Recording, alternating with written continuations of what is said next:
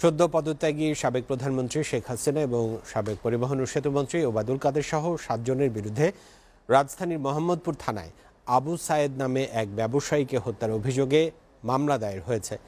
মামলার আবেদন জমা দেওয়ার কিছুক্ষণ পরেই মোবাইল ফোনে ফ্রান্স থেকে এই মামলার বাদীকে হত্যার হুমকি দেওয়ার অভিযোগ উঠেছে।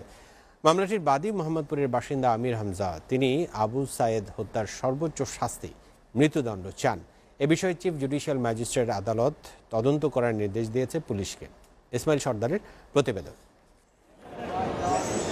ঢাকার মেট্রোপলিটন ম্যাজিস্ট্রেট রাজেশ চৌধুরীর আদালতে সদ্য পদত্যাগ করা সাবেক প্রধানমন্ত্রী শেখ হাসিনার বিরুদ্ধে হত্যা মামলার দায়ের হয়েছে।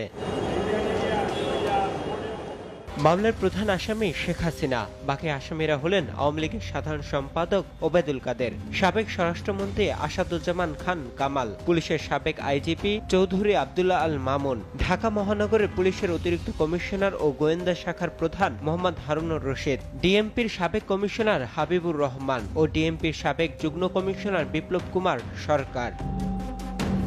আসামি শেখ হাসিনা সহ বাকিদের সর্বোচ্চ শাস্তি মৃত্যুদণ্ড দাবি করেন মামলার বাদী আমির হামজা। এ ঘটনায় তাকে ফোন করে একাধিকবার হুমকিও দেয় আওয়ামী লীগ। বিবেকের তাড়নায় আমি মূলত মামলাটা করেছি। আমি প্রাথমিকভাবে সন্তুষ্ট, কারণ আদালতের একটা প্রক্রিয়া আছে, সেই প্রক্রিয়ার মাধ্যমে আগাতে হবে। আদালত থানাকে বলেছে এজাহার হিসেবে গণ্য করে তদন্ত করবে, থানার বিষয়গুলো দেখবে।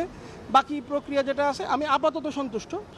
আমার প্রত্যয় হচ্ছে আমি একদম শেষ দিন পর্যন্ত এই মামলার রেজাল্ট দেখে ছাড়ব। ফ্রান্স এবং ইউকে থেকে 2টা নাম্বার থেকে কল এসছে, তারা জিজ্ঞাসা করতেছে এই কনসিকুয়েন্স ভোগ করতে পারবেন কিনা, আপনার ফ্যামিলি কোথায় থাকে আমরা দেখে নিব, নানাবিধ কথা। আমি এতে ভীত নই।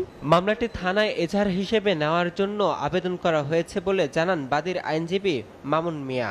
শেখ হাসিনা 1 নম্বর আসামি, তারপর হচ্ছে ওবায়দুল কাদের এবং অন্যান্য যে আসামিরা আছে তারা বিভিন্ন গণমাধ্যমে বা ব্রিফিংয়ের মাধ্যমে তারা পুলিশ প্রশাসনকে বিভিন্নভাবে নির্দেশ দিয়েছেন এবং ইন্ধন দিয়েছেন।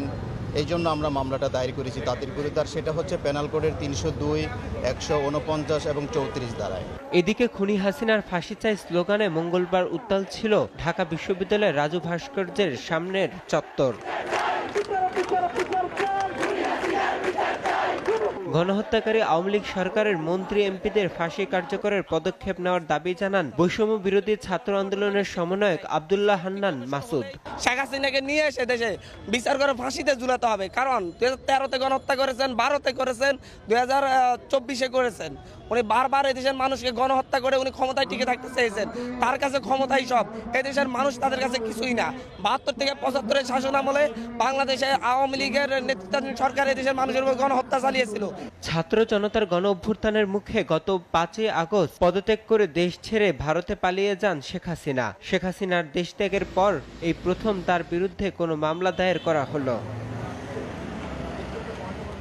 ইসমাইল সর্দার, এসটিভি, ঢাকা।